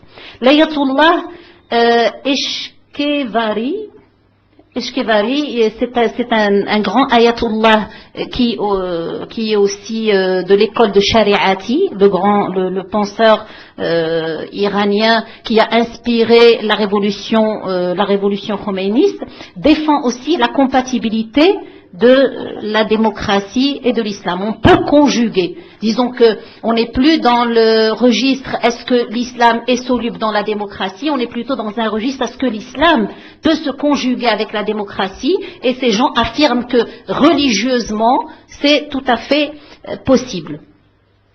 D'autres, je pense que entre ceux qui appuient complètement le fait qu'il y ait compatibilité, d'autres vont plus loin et disent que cette compatibilité entre l'islam et la démocratie ne peut se faire qu'à condition de ne pas se cantonner dans une lecture univoque de la démocratie et d'accepter qu'il y ait une lecture plurielle de l'islam. Voilà les conditions posées par une certaine école. Et je pense que c'est l'école qui résume un peu toute cette mouvance au sein de la pensée religieuse dans le monde musulman qui cherche par tous les moyens, contrairement à ce que veut un certain discours, qui cherche justement à s'adapter à une réalité qui n'est plus seulement une pensée. La démocratie n'est pas la foi de l'Occident. La démocratie est une politique internationale des plus agressives et nous voyons comment les États-Unis cherchent à exporter la démocratie par la force. Et de quelle démocratie parle-t-on quand il s'agit de la force? En fait, il y a tout un débat là-dessus, mais là n'est pas notre sujet. La pensée laïque aussi a des tenants dans le monde musulman qui font vraiment dans le développement de la réflexion sérieuse et qui sont très très loin du champ médiatique et qui pourtant existent. Nous avons entre autres des gens c'est un monsieur qui est mort mais qui a développé quelque chose d'extrêmement intéressant dans ce domaine politique entre la démocratie et l'islam et qui s'appelle Fadlur Rahman, qui était pakistanais, qui a fui le Pakistan parce qu'il a été justement réprimé par le pouvoir pakistanais et que sa déranger pas mal l'autorité pakistanaise qui, ne l'oublions pas, malgré une certaine malléabilité, était quand même basée sur la légitimité religieuse, et il était vu comme quelqu'un d'extrêmement dérangeant et comme un opposant sérieux à l'islam officiel. Donc il a été obligé de fuir et de partir. Il y a eu des gens qui ont essayé justement de penser ce rapport, puisque nous parlons d'extrême, il y a aussi le fameux Mohamed Taha au Soudan qui a été condamné et puis pendu justement, parce que justement sa lecture dérangeait pas mal, mais il proposait une certaine lecture. Est-ce que on est là dans l'académisme le plus pur? Je suis pas en train de dire que je suis d'accord avec Mohamed Taha ou d'accord avec d'autres, mais je suis en train de dire que la réflexion ne manque pas dans le monde musulman, qu'il y a un véritable essai d'adaptation et de conjugaison pour essayer de trouver une certaine compatibilité. Cette pensée, bien sûr, ne va pas sans une certaine réalité politique, parce que c'est vrai que la plupart du temps, les discours essentialistes dont on a parlé au début de la conférence présentent, je vous l'ai dit, il était basé sur un discours complètement binaire, et présente le monde musulman comme étant un bloc monolithique où il n'y avait aucune différence, et vouer tout cela à l'enfer du rejet, disons que le monde musulman était contre la démocratie, alors que dans la réalité, la seule ère qui soit vraiment hostile à la démocratie présentée dans ses concepts les plus généraux, c'est bien l'ère arabo-musulmane et non pas l'ère musulmane. C'est surtout les pays arabes qui ont un véritable problème avec la démocratie, ne serait-ce que en tant qu'instrument, et Aziz Al-Azma, et je vous l'ai dit, il y a pas mal de penseurs intéressants, parlent justement de la démocratie incantatoire, c'est-à-dire que les gouvernants ont porté préjudice justement à l'esprit de la démocratie parce qu'ils ont voulu faire une greffe démocratique sur des sociétés qui n'étaient pas du tout préparées à ce genre de schéma au niveau du pouvoir, et c'était en fait pour légitimer encore plus leur autocratisme et pour trouver de nouvelles sorties devant la pression internationale, devant l'attente d'une certaine politique internationale qui veut une certaine mise à niveau, ne serait-ce qu'au niveau du discours, au niveau de l'apparence, et donc ils ont obéi à cette démocratie incantatoire et ont greffé la démocratie sur des réalités qui sont très loin des paramètres qui, en général, permettent une certaine démocratie. Toujours est-il que cette pensée se résume, que ce soit les religieux, que ce soit les laïcs, on arrive à la conclusion évidente que s'il y a un problème dans les pays arabes par rapport à l'importation ou à l'exportation, suivant le milieu dont on considère la chose, de la démocratie, comme ayant un rapport direct avec la nature des pouvoirs, avec le contexte économique et surtout le contexte social, et tous ou presque tous parlent de la malédiction de nos sociétés au niveau de la conception de la société. Nous avons des sociétés basées sur l'ethnie, sur la tribu, sur le clan. Le véritable problème de nos sociétés qui nous empêche d'avancer où que ce soit, c'est justement la perception, la conception clanique de nos sociétés, et pas du tout. Et le problème n'a aucun rapport avec l'islam ou avec le fait d'adopter l'islam, et la preuve est là. C'est que dans le monde, il n'y a pas que le monde arabe, dans le monde musulman, il y a d'autres pays qui ont prouvé que l'islam n'était pas antinomique avec la démocratie et qui essayent. Nous ne sommes pas en train de juger l'expérience dans son fond, mais dans la forme, la Turquie, la Malaisie, l'Indonésie, tout porte à croire que l'islam n'a pas été un frein à la démocratie, et l'islam n'est pas du tout contre le fait de démocratiser les sociétés. Il y a aussi, je dirais, une certaine dialectique qui s'est... J'ai presque fini, c'est presque fait. Il y a aussi le fait que l'Iran... ou disons plutôt qu'il y a une dialectique qui s'est amorcée Que l'on accepte ou que l'on n'accepte pas, je pense que la démocratie maintenant est un paramètre à tenir en compte de toutes les manières, parce que de toutes les manières on cherche à nous l'imposer. Alors ce sera soit par une adaptation, une adéquation, une compatibilité recherchée, soit par les bombes. C'est simple. Il n'y a pas 36 000 solutions, et la puissance américaine a révélé clairement qu'elle n'avait pas l'intention de reculer et que tout est fait pour avancer dans ce sens. Donc mieux vaut avoir une conjugaison intelligente de ces deux paramètres et chercher à tout prix à faire un véritable ijtihad, plutôt que d'avoir une autre greffe démocratique d'un autre genre qui nous est imposée de l'extérieur et qui peut être pire que celle qui nous est imposée de l'intérieur. Il faut trouver une solution médiane. Et je pense donc que cette dialectique est inévitable, et nous, en tant que musulmans, bien sûr que nous ne devons pas coopérer avec une certaine puissance, mais nous avons l'obligation de survivre et de trouver des solutions médianes et de prendre en considération que c'est un fait historique que nous ne pouvons plus éviter. Ça sera à nous de choisir la manière dont nous vivrons cette démocratisation entre parenthèses. Alors, il s'agira d'islamiser cette démocratie, disons-le. Et je pense que l'Iran est une expérience extrêmement intéressante à découvrir. Parce que c'est vrai, on l'a diabolisé, etc. Mais moi, j'ai lu dernièrement des statistiques, on n'a pas le temps d'en parler là, mais tout porte à croire que la démocratie iranienne, ça marche. Ça marche. C'est vrai qu'il y a une évolution qui est très lente, mais il y a une évolution qui est imposée par la réalité. Je pense que le fait de rentrer dans la réelle politique, parce que la démocratisation ne peut passer que par l'État et non pas par la nation, comme c'est le cas pour une démocratie qui s'est fait naturellement. Non. Dès lors que l'État rentre dans le jeu international, dès lors que l'État accepte certaines règles internationales et se compose en tant qu'État, il est obligé de faire des concessions, il est obligé de s'adapter, même si en théorie il était parti pour ne pas s'adapter, même si en théorie la démocratie c'était le grand shaitan et c'était je ne sais quoi.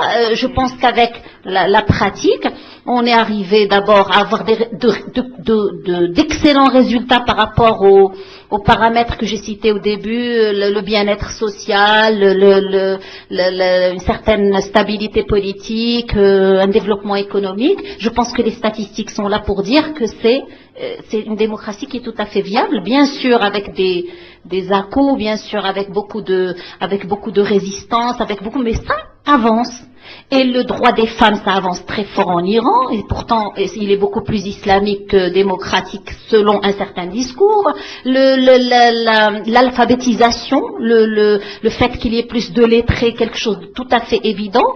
Et c'est vrai que les discours sont de mauvaise foi lorsqu'ils présentent cet Iran comme le démon à abattre, et je pense que si on le fait comme ça, c'est parce que l'Iran, après l'Irak, a de très fortes réserves pétrolières, et c'est là une autre de nos malédictions en terre d'islam.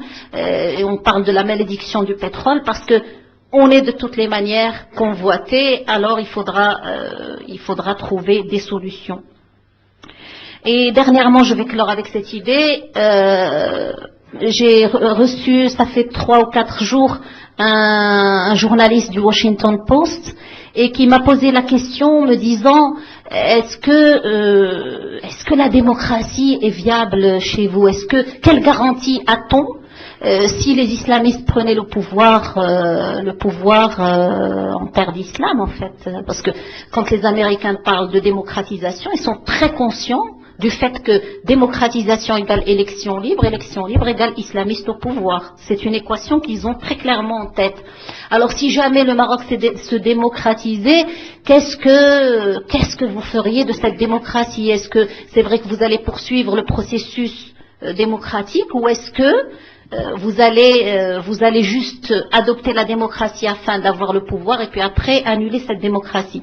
Alors moi je dis, comme a dit Olivier Roy, nous allons clore sur cette idée, la démocratie est un pari qu'il faut toujours tenir. Je leur ai dit, vous n'avez plus le choix, de toutes les manières. Comme nous n'avons pas le choix, vous n'avez plus le choix que de tenir ce genre de pari. Et je pense que dans le débat, nous allons développer encore plus les idées qui ont été exposé et merci beaucoup de votre attention. Salam alaikum.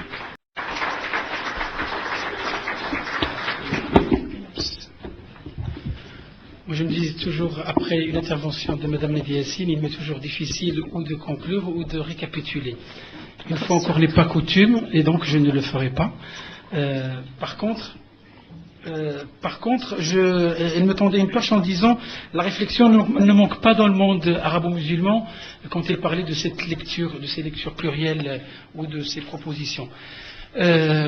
J'ai toujours tendance à dire la première question dans le débat est toujours difficile et qu'on passera peut-être à la deuxième. Sauf que cette fois je vais changer. Je vais dire que la première question est toujours facile. Et donc je vais demander à quelqu'un de poser la première question, comme ça on enclenche sur le débat. Elle est toujours facile. Elle était difficile, mais je pense... Madame, on vous donne le micro. Écoutez, je conçois déjà à travers les questions qu'il y a tout un éventail de réactions par rapport à ce sujet d'islam et de démocratie. Si les uns trouvent que nous n'avons même pas à poser ce genre de dilemme et à nous poser des questions sur ces deux concepts parce que nous rentrons automatiquement dans une logique de justification, d'autres pensent que quelque part ils se rejoignent mais ils sont quand même assez différents comme propos.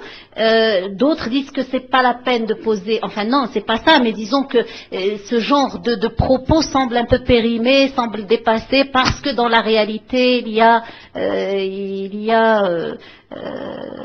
enfin une complexité qui fait qu'il n'y a que en Occident il y a des musulmans, qu'ici il y a des tendances démocratiques, etc. et voient les choses de façon beaucoup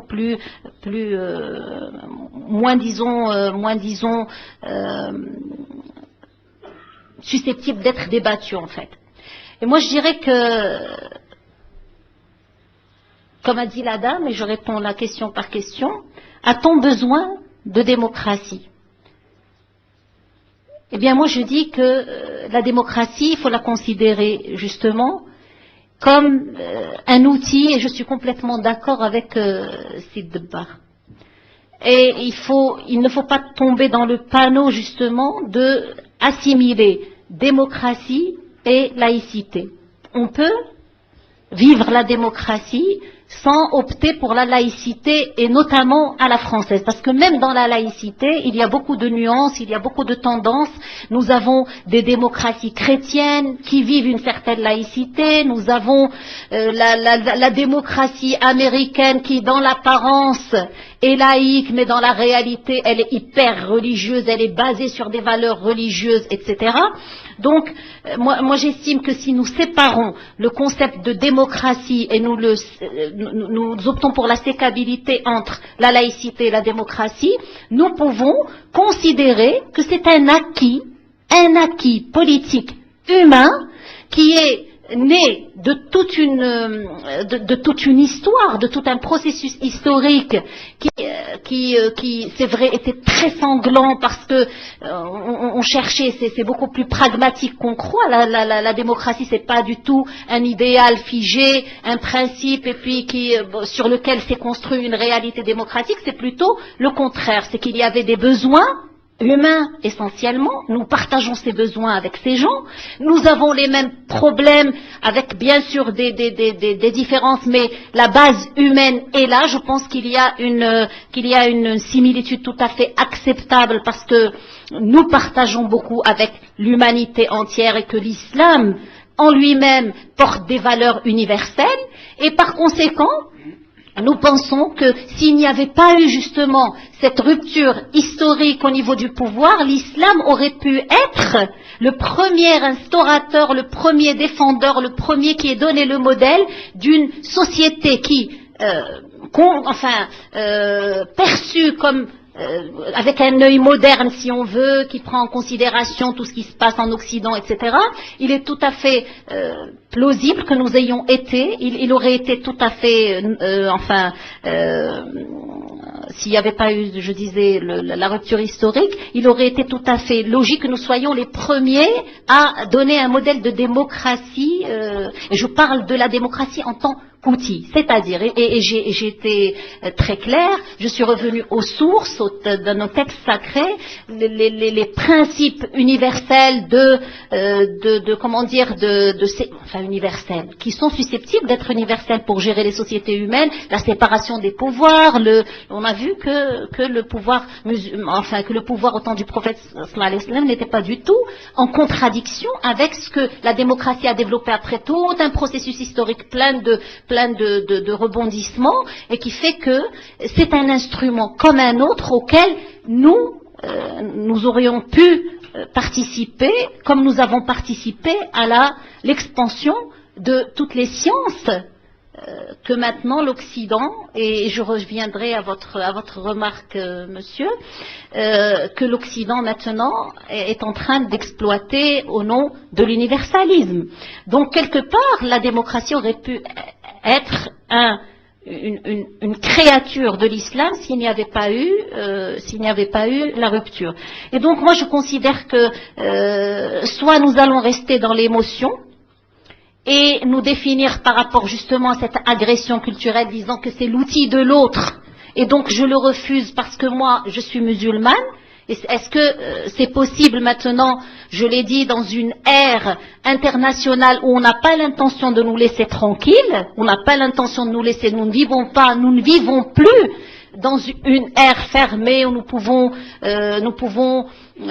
penser notre culture, notre politique, notre économie à travers des paramètres endogènes, et c'est plus possible. Il faut absolument tenir compte de la mondialisation qui suppose une villagisation, qui suppose une uniformisation de toutes les manières, voulues qu'elle soit faite sciemment ou pas sciemment. Nous sommes, si vous voulez, exposés à ce danger justement, et il faut soit l'affronter non pas dans l'émotion, mais dans la réflexion et dans la profondeur, et c'est la seule façon de ne pas être soluble justement dans cette mondialisation. Il faut garder une certaine identité musulmane, et on ne le fera pas à coup d'émotion, on le fera à coup de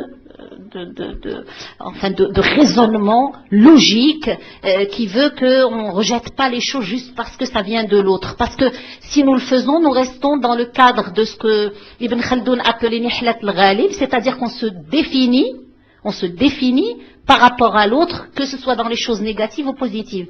C'est que toujours le vaincu est subjugué par le vainqueur d'une manière ou d'une autre, soit il imite ce vainqueur sans limite, soit il rejette tout ce qui vient de ce vainqueur parce qu'il se définit par rapport à ce vainqueur et non pas par rapport à un idéal.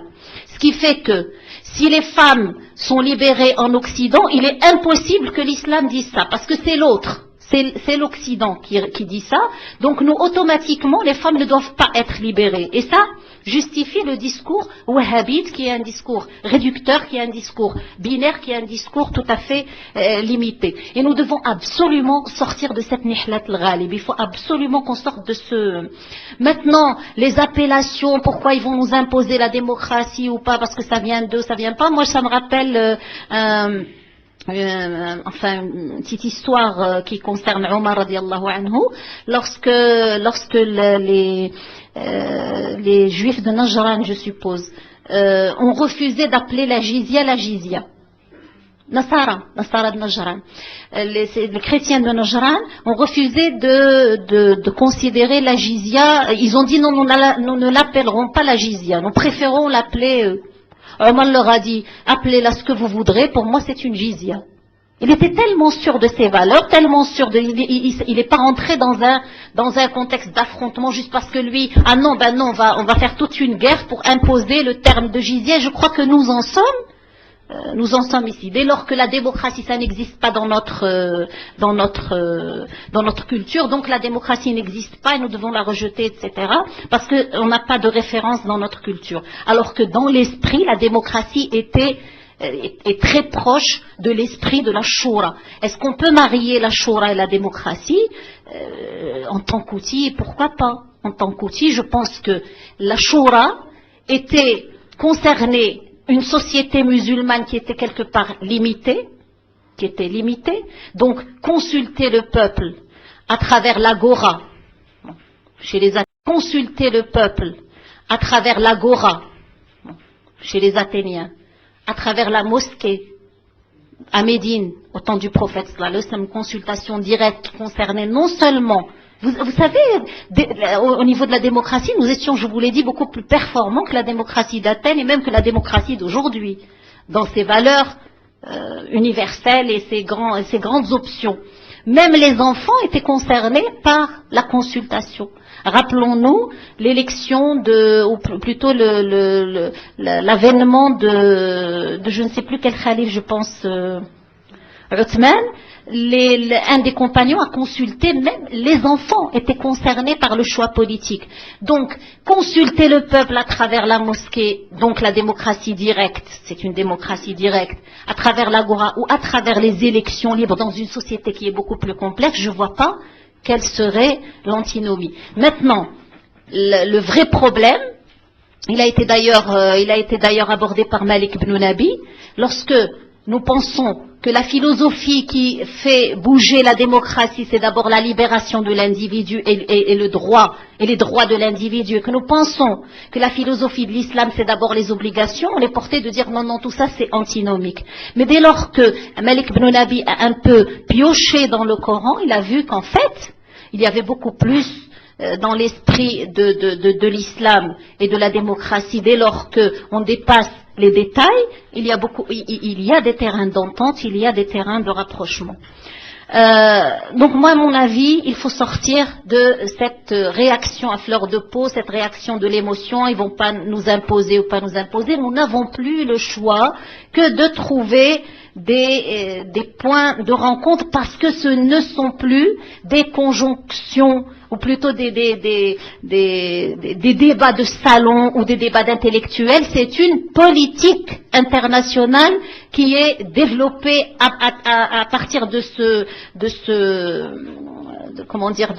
dilemme, enfin de ce binôme islam-démocratie. On n'a plus le choix que de répondre à ces débats d'une manière ou d'une autre. Et là,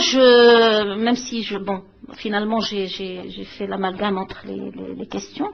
Et la dame qui pose la question, est-ce que ça vaut le coup d'expliquer? Je pense que ça vaut le coup d'expliquer. D'abord parce que si nous sortons de Nihlat al-Ghalib et du rejet de l'autre juste parce que on a eu une histoire mouvementée, juste parce que c'est vrai qu'il y a un rapport de domination, je pense que ça vaut le coup d'expliquer, parce que justement, et là je soutiens monsieur, sauf que je vous l'ai dit, dans une conférence d'1 heure ou d'1 heure et demie, on ne peut que faire dans une certaine superficialité. Je sais que l'Occident, c'est pas un bloc monolithique.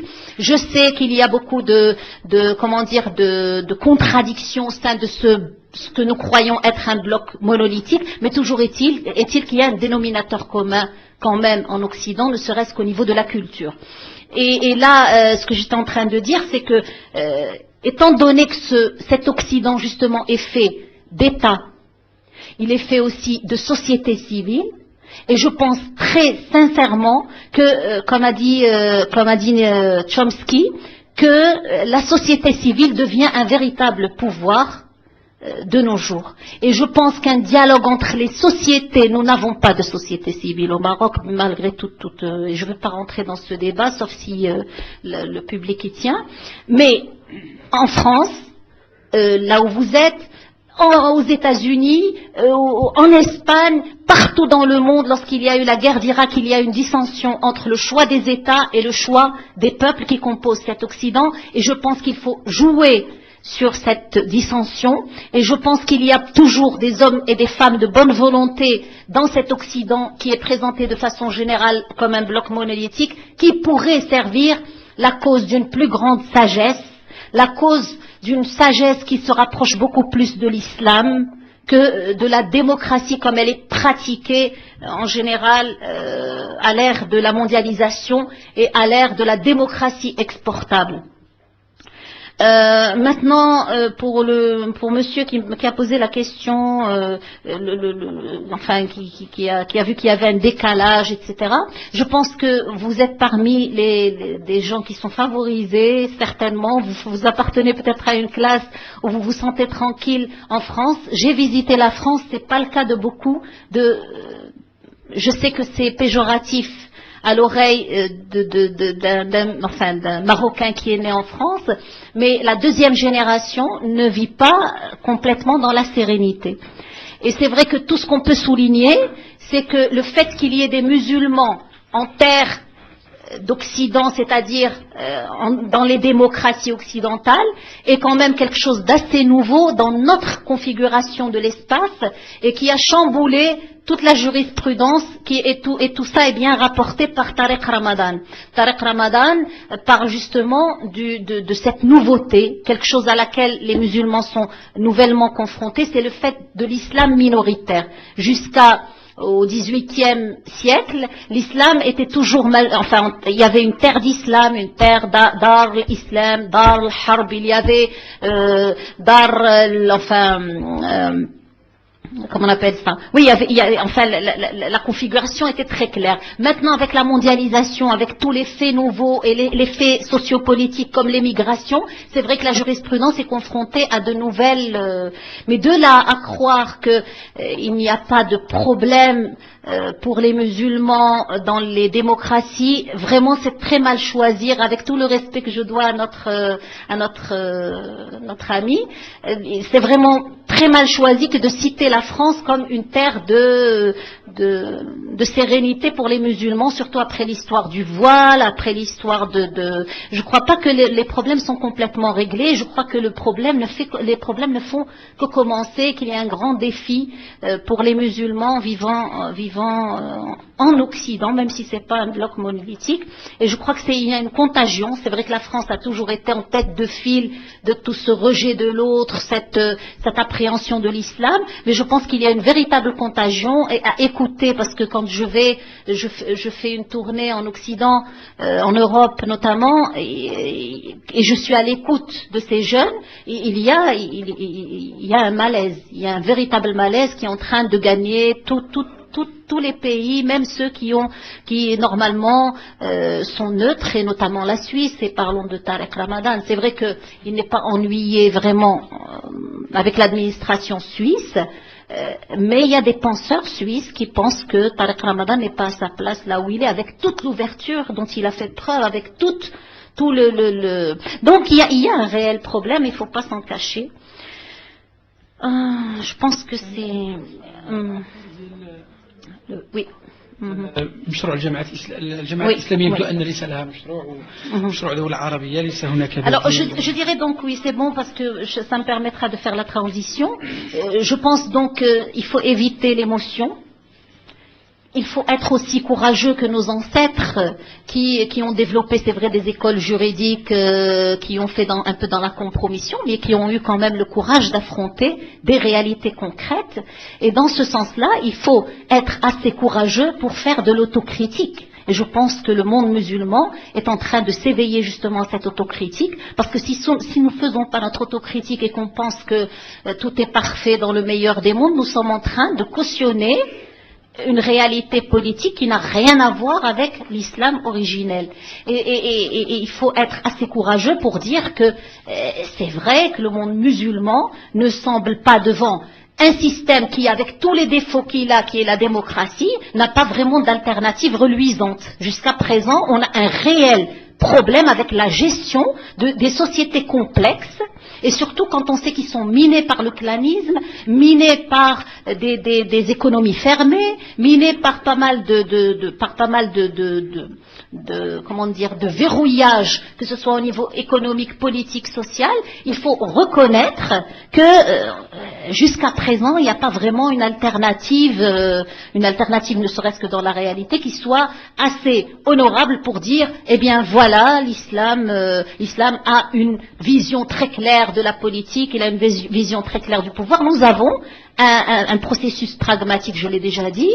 Au niveau de l'Iran, ça marche pas mal malgré tout ce qu'on raconte, mais nous avons un réel problème avec la conception du pouvoir.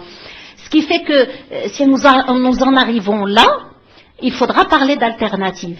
Alors, quand on dit les musulmans n'ont pas les islamistes n'ont pas d'alternative, encore faut-il qu'ils leur laissent la possibilité soit de présenter ces alternatives dans leur globalité, soit qu'ils pratiquent dans la réalité politique ces alternatives. Je pense que je ne sais pas. Pratique dans la réalité politique ces alternatives. Je pense que je ne sais plus qui a parlé de le désir international de ne point voir de démocratie réelle démarrer, et surtout pas dans le monde arabo-musulman, parce que c'est vrai que l'islam, à l'heure où on veut voir tout ce qui est sud complètement éclaté, parce que ça va dans le sens de cette volonté impérialiste. Plus le monde musulman est divisé, c'est tout à fait classique comme adage politique, diviser pour mieux régner, diviser pour mieux dominer, et c'est pour ça que maintenant on trouve tout un mouvement de berbérisme un peu partout, de trucs qu'on veut absolument faire éclater ce monde musulman, alors que dans les discours officiels on veut démocratiser, et démocratiser par les bombes. C'est vrai qu'il y a un véritable problème avec l'islam. Le revivalisme, comme ils disent ça, peut être une arme extrêmement dangereuse qui peut unifier le monde musulman, dépasser les nationalismes braqués et faire du monde musulman un bloc, s'il n'est pas monolithique, du moins il sera assez uni pour faire face à un impérialisme économique essentiellement, et surtout devant les multinationales. Alors les musulmans, est-ce que les islamistes ont des alternatives? Ils ont certainement des alternatives qui sont en train de développer doucement, parce que par manque de repères, mais aussi parce que le terrain ne s'y prête pas du tout. On est en train de nous mettre des bâtons un peu partout dans les roues. Et pour zoomer un peu plus sur l'expérience qui est celle de l'adl wal ihsan, et qui va dans le sens de Saint Salama, qui dit des choses extrêmement intéressantes dans un livre qui s'appelle Démocratie sans démocrate. Il propose, et ce n'est pas du tout un islamiste, Saint Salama, loin de là, on ne peut pas l'accuser d'être islamiste. Il dit que la seule façon de sauver le monde musulman de ce danger d'explosion qui le guette de partout à cause de ces politiques internationales, la seule façon de le sauver, c'est d'établir des pactes nationaux basés sur la légitimité la plus reconnue en terre d'islam, qui est l'islam lui-même. L'islam est la seule façon de proposer une unité idéologique et culturelle qui puisse faire sauter ces verrous que sont ces verrous entretenus, qui sont le clanisme. Est-ce qu'on veut vraiment que le monde musulman dépasse justement c'est pas sûr. Donc il faut tenir compte de tout ça. Il faut pas rêver. Je suis pas en train de dire que les Américains et tout ça, ils sont en train de démocratiser. On sait très bien ce qui se cache derrière cette politique, la double mesure, à double discours, à double tranchant. Mais il faut être assez intelligent pour connaître tous ces paramètres, les conjuguer et essayer de nous en sortir, parce que ce n'est plus du tout un luxe intellectuel que de débattre de cela, mais il faut trouver vraiment des solutions. Il y avait peut-être une autre question qui était relative à l'aspect culturel, qui faisait référence à ce que le problème vient beaucoup plus des musulmans qui n'innovent pas, qui n'ont pas la même interprétation des sens. C'est une question qui a été posée par notre ami. Les musulmans ne sont pas génétiquement tarés. Les musulmans ont beaucoup de choses à proposer. Mais le contexte politique, endogène, exogène, fait que toute pensée susceptible de donner un souffle, que ce soit un souffle politique ou autre, au monde musulman, est automatiquement combattue. Combattue clairement et combattue aussi par des voies indirectes. Nous sommes vraiment visés par l'impérialisme qui n'a plus de... Vous savez, et ça rejoint complètement le développement justement de ce politologue qui s'appelle Zvetan Todorov, qui est extrêmement intéressant, qui dit quand la puissance n'a pas de limite, c'est tout à fait normal qu'il y ait cet impérialisme, et ça ne peut qu'aller dans ce sens. Donc il faut aussi être conscient de cela. Il y a des gens qui proposent des alternatives, notamment justement de permettre une certaine démocratisation jusqu'à un certain niveau. Toujours est-il que l'heure est à la compréhension, elle est aussi non pas la compromission, mais certainement la négociation. Certainement. Merci beaucoup, madame. Donc, sans transition, j'invite madame Nadia Yassine à nous éclairer sur l'ensemble de ces interrogations. Alors, comme je disais, je commence par le plus léger pour aller vers les choses plus lourdes. Enfin, léger façon de parler. Parce que quand même l'eau d'un pays est convoitée, puis aussi il y a la situation géostratégique du Maroc, en fait. Nous sommes à l'orée de sud-nord, et puis aussi occident, est-ouest, et nous sommes un point stratégique extrêmement important. De toutes les manières, le monde musulman est convoité de tous les côtés. Et je passe à la question de madame, qui dit est-ce que nous, au nom de la démocratie, est-ce que nous ne sommes pas en train de devenir un peuple de consommateurs? Je pense que c'est ça. Je pense que si les États-Unis, quelque part en plus de cette malédiction pétrolière, je pense que les superpuissances sont en train de penser que pour qu'il y ait une économie vive et vivante chez eux, il faut quand même que, pour qu'ils vendent, il faut qu'il y ait des consommateurs. Et quelque part, la démocratie est un outil pour stabiliser politiquement un pays, juste assez pour qu'il devienne un marché qui est viable, et qui est bien sûr qu'il y a cette considération. Plus que ça, le fait que la Banque mondiale, qui maintenant a comme directeur, je ne sais pas ce que ça va devenir, c'est encore plus meilleur qu'avant. Et enfin, les risques sont montés depuis 2 ou 3 jours avec Monsieur Wolfowitz à la tête de la Banque mondiale. Disons que quand la Banque mondiale débourse des dollars, c'est pour nous dire, voilà, c'est pour lutter contre l'analphabétisme. Et lutter contre l'analphabétisme veut dire former une populace, je dirais comme ça, parce que c'est comme ça qu'ils considèrent le tiers-monde et surtout le monde arabo-musulman, former la populace juste ce qu'il faut pour qu'ils lisent les slogans publicitaires. Pour une femme, on débourse de l'argent pour lui dire, voilà, on va te payer 3 ou 4 mois de lutte contre l'analphabétisme pour que tu puisses déchiffrer Shorbi Coca-Cola. Voilà. C'est ça Et quand les islamistes sont descendus dans la rue le 12 mars pour dire non à ce plan de développement, on les a tout de suite accusés d'être contre l'alphabétisation de la femme. Alors que dernièrement, j'ai reçu une diplomate occidentale qui me disait, mais qu'est-ce que vous voulez alors, quelle est l'alternative? Et je lui ai dit, l'alternative en fait, c'est que vous déboursiez de l'argent, mais vous n'avez pas à nous dicter comment on va dépenser cet argent. L'éducation, c'est essentiel, mais c'est à nous de décider comment on va procéder dans cette éducation. Nous partons de rien, et c'est Bar avait raison de souligner le plus grand fléau du monde musulman, c'est justement l'analphabétisme. Alors que le Coran, la première sourate a commencé par Iqra. Iqra, c'est un message très clair, un message mystique, un message qui normalement devrait être pris, le premier mot, Iqra, le premier mot. Et donc j'ai dit à cette diplomate, ça ne vous regarde pas comment on doit dépenser cet argent.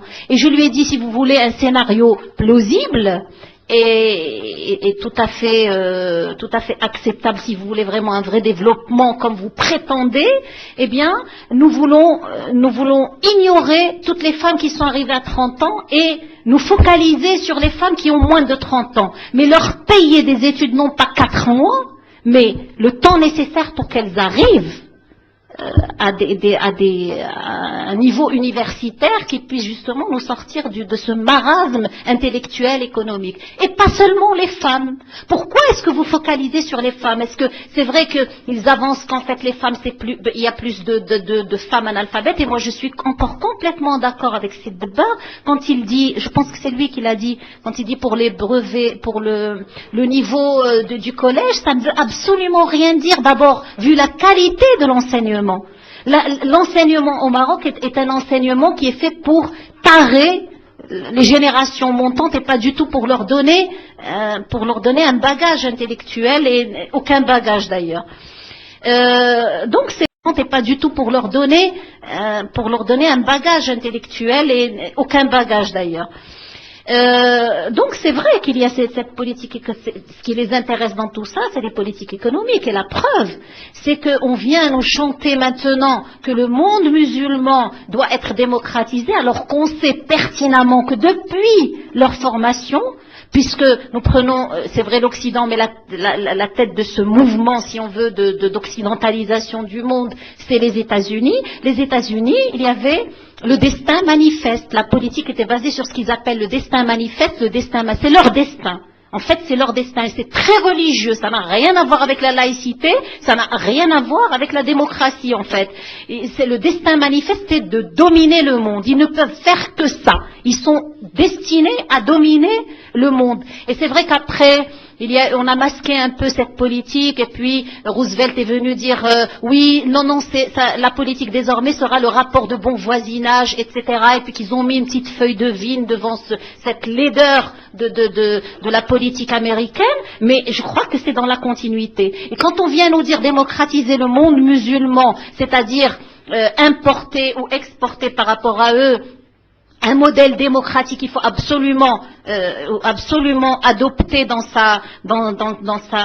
son détail, un détail près, eh bien, nous pensons à ce qu'ils ont fait pour Grenade, qui elle, a essayé justement d'appliquer une véritable démocratie, qui est une petite île de quelques milliers d'habitants. Ils ont rasé Grenade, cette petite île, n'ont pas hésité à la raser. Pourquoi? Parce que ça allait contre la logique de la domination économique et que si un peuple se mettait à être vivant, se mettait à produire lui-même, économiquement parlant, être indépendant, c'est le début de la fin de ce destin manifeste. Donc il faut être très conscient de cela. Maintenant, il y a une question très très importante, c'est la question des oulémas, et je vous remercie d'avoir posé la question parce qu'en fait elle faisait partie de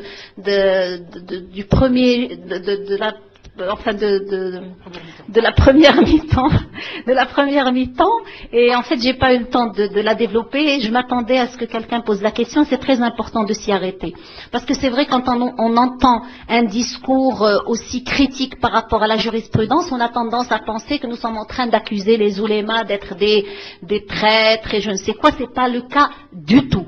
Je le dis, je le répète, on doit avoir beaucoup de respect pour ces oulémas parce que eux ils sont restés. S'ils sont là, s'il y a la jurisprudence, c'est qu'il y a eu un véritable, séisme, je dirais, sociopolitique dans le monde musulman, et qu'au lieu de démissionner, c'est des gens qui sont restés sur le terrain. Alors, quel que soit ce qu'ils ont proposé, c'est à partir de la bonne volonté de sauver ce qui reste.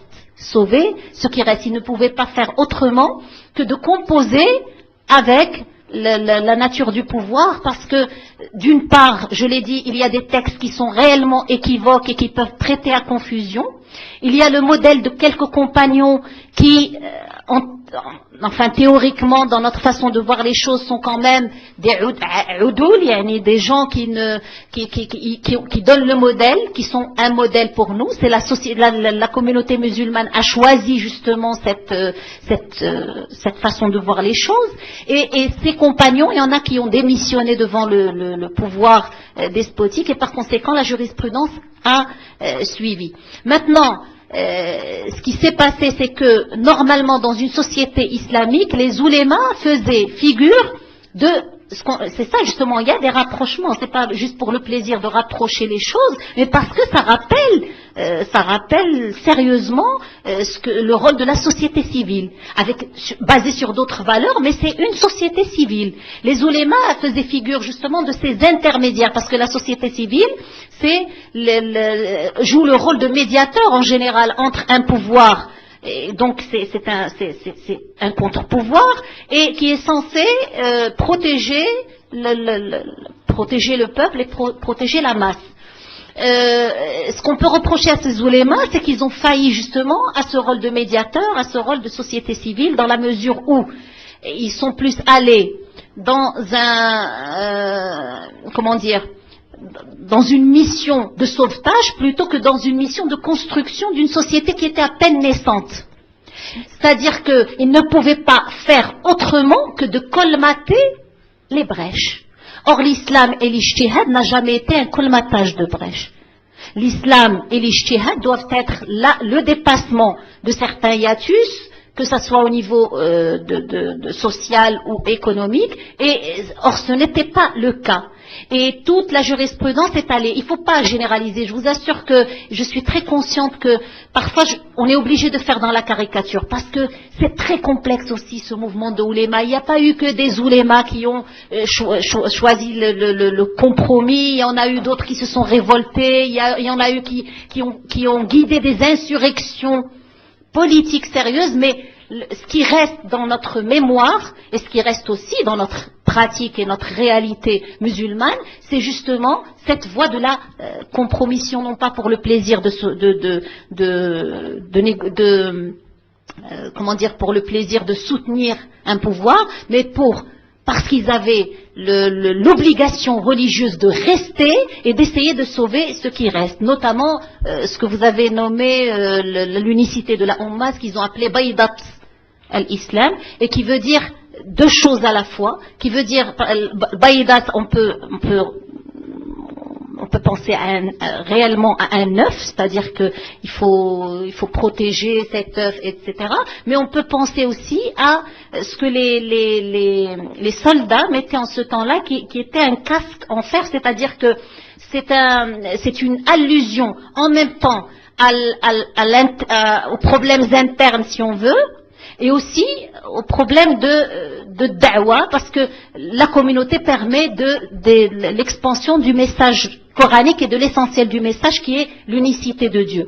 Donc c'est beaucoup plus compliqué qu'on croit, et c'est pas qu'on accuse des oulémas d'être des traîtres ou quoi que ce soit. Bien au contraire, je pense qu'il faut avoir le courage de ces oulémas et repenser nos sociétés, parce que tout a changé. En fait, il est temps de couper le cordon ombilical qu'on a avec ces lectures, parce que ces gens ont affronté une autre réalité que la nôtre. Ils nous ont laissé l'essentiel, ils nous ont laissé des concepts extrêmement importants comme outil d'ijtihad, mais il faut avoir le courage de couper ce cordon ombilical et de dire que al-alam mawar, que la terre a tourné depuis et que rien ne ressemble à rien. Rien ne ressemble à rien. Donc cette perte de repère ne doit pas nous pousser soit à refuser toute innovation, soit à... Il faut avoir le courage d'affronter ces nouveautés, et je pense que nos oulémas sont une excellente école en matière d'intelligence, en matière de courage, en matière d'affrontement justement de la réalité. Et si nous devons garder quelque chose de ces gens-là, c'est dans ce sens-là, et non pas dans la reproduction éternelle de fatawi qui n'ont plus rien à faire dans un monde au XXIe siècle. Et j'assume ce que je dis. Il y a d'autres, l'imada nudafi ala démocratie. Je pense qu'on a déjà répondu à cette question. Parce que nous avons participé quelque part à cette démocratie, parce que l'islam porte des valeurs universelles qui se sont retrouvées dans la démocratie, et parce que la démocratie n'est pas forcément l'anti-religion, et surtout parce que ce n'est pas l'anti-religion. Voilà, je pense que c'est ça. Merci beaucoup Nadia Yassine. Je me posais toujours la question, que me resterait-il à dire sur ce débat entre islam et démocratie? Juste peut-être de rappeler que vers les années 1900, les États-Unis proposaient au monde deux espérances. Le Père Noël pour les enfants et le 1er mai. Et avec cela, beaucoup de souffrances. Beaucoup de souffrances qui ont fait que le monde arabo-musulman a vécu et vit encore dans des temps difficiles. Plusieurs schémas de pensée se sont écroulés. Les rêves ne le sont pas, puisqu'ils sont toujours là. Ces rêves reposent, à mon sens, sur la promesse de Dieu, la promesse de Sidna Rasulullah sallallahu alayhi wa qui nous a promis que le lendemain est meilleur. Beaucoup se sont anéantis de l'intérieur, pensant que demain serait violent, que demain il n'y aura pas d'espoir, que demain ça appartiendra aux autres. Si le siècle dernier a été américain, le siècle prochain sera musulman, Inch'Allah. C'est la foi en Dieu qui nous permet de dire aujourd'hui que nous n'avons pas, nous, le monde arabo-musulman, nous n'avons pas d'être en première classe sur le Titanic. Ce dernier a déjà coulé une fois. Nous préférons entamer le voyage pour des lendemains meilleurs. La foi en Dieu nous permet de ne pas désespérer. Notre projet d'aujourd'hui, de demain, de saison en saison, et de génération en génération, ça sera l'éducation. C'est comme ça que nous allons, Inch'Allah, dans le monde, apporter la lumière, apporter la paix. Cette paix qui sera la lutte de toujours. C'est la lutte pour nous, au profond de nous-mêmes, qui est l'ihsan, et la paix dans le monde, qui est la justice. غادي نختم بواحد القول ديال الحديث ديال سيدنا رسول الله صلى الله عليه وآله كي دي لن تدخلوا الجنة حتى تؤمنوا ولن تؤمنوا حتى تحابوا ألا أدلكم على شيء إذا فعلتموه تحاببتم أفشوا السلام بينكم. دعوة الإسلام دعوة رحمة، دعوة رفق، دعوة عدل، ودعوة إحسان.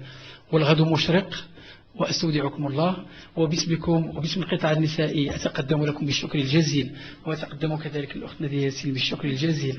كما لا يفوتني أن أقدم الشكر الجزيل للإخوان والأخوات في اللجنة المنظمة لأنهم خدموا منذ أيام لإنجاح هذا العمل. بغيت نهدي لهم واحد البيت شعري في الحقيقة، هما تحيا بهم كل أرض ينزلون بها، يا من لهم في القلب والحشا تذكاروا. اقرأوا الفاتحة ونهديها سيدنا محمد صلى الله عليه وعلى آله. بسم الله الرحمن الرحيم، الحمد لله رب العالمين، الرحمن الرحيم، مالك يوم الدين، إياك نعبد وإياك نستعين، اهدنا الصراط المستقيم، صراط الذين أنعمت عليهم غير المغضوب عليهم ولا الضالين، آمين. سبحان ربك رب العزة عما يصفون وسلام على المرسلين والحمد لله رب العالمين. Merci à tous. Nous connaissions Si Hassan l'animateur, nous découvrons Si Hassan le poète.